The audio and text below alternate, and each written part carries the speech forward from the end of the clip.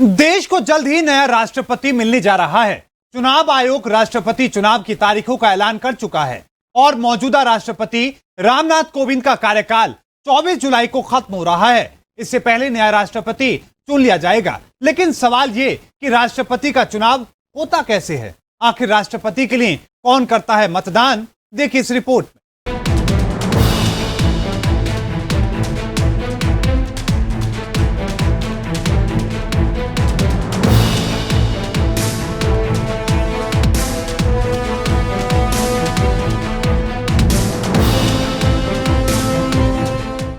कैसे होता है राष्ट्रपति का चुनाव, कौन करता है राष्ट्रपति के लिए वोट, क्या है राष्ट्रपति के चुनाव का तरीका।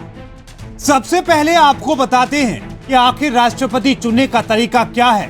संविधान के अनुच्छेद 55 में वोटों के मूल्य के बारे में बताया गया है। इनका मूल्य कैसे तय किया जाएगा, इसका भी एक खास तरीका दिया गया है।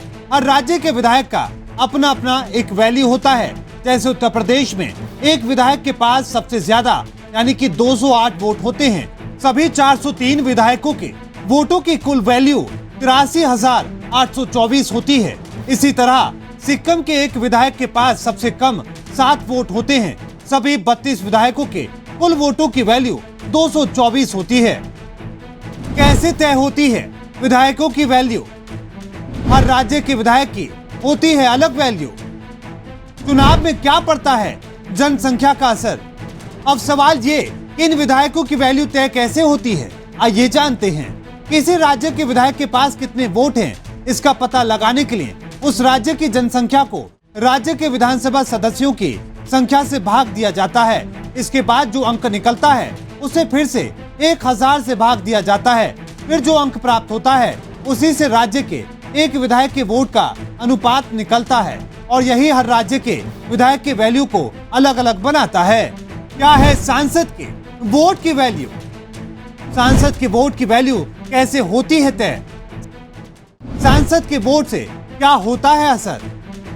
विधायकों के बाद अब सवाल उठता है कि आखिर सांसदों के वोट का असर कितना होता है और वैल्यू कितना होता है। सांसदों के मतों का मूल्य जानना थोड़ा आसान है। देश के सभी विधायकों के वोट का जो मूल्य आएगा उसे लोकसभा और राज्यसभा सांसदों की कुल संख्या से भाग दिया जाता है। फिर जो अंक हासिल होता है उसी एक सांसद के वोट का मूल्य होता है। अगर इस तरह भाग देने पर शेष 0.5 से ज्यादा बचता है तो वो वेटेज में 1 का इजाफा हो जाता है, यानी कि एक सांसद के वोट की वैल्यू 708 होती है। यानी कि कुल 776 सांसदों, जिसमें लोकसभा के 543 और राज्यसभा के 233 वोटों की संख्या 5,49,408 है।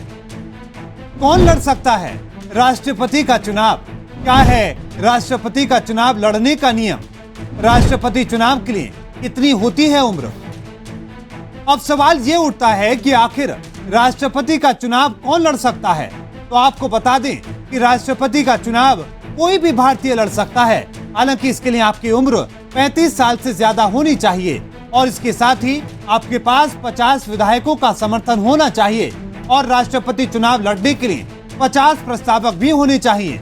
यानी कि चुनाव में शामिल होने के लिए उम्मीदवार को कम से कम 100 विधायक जानते हो। मोहित चौधरी, R9 न्यूज।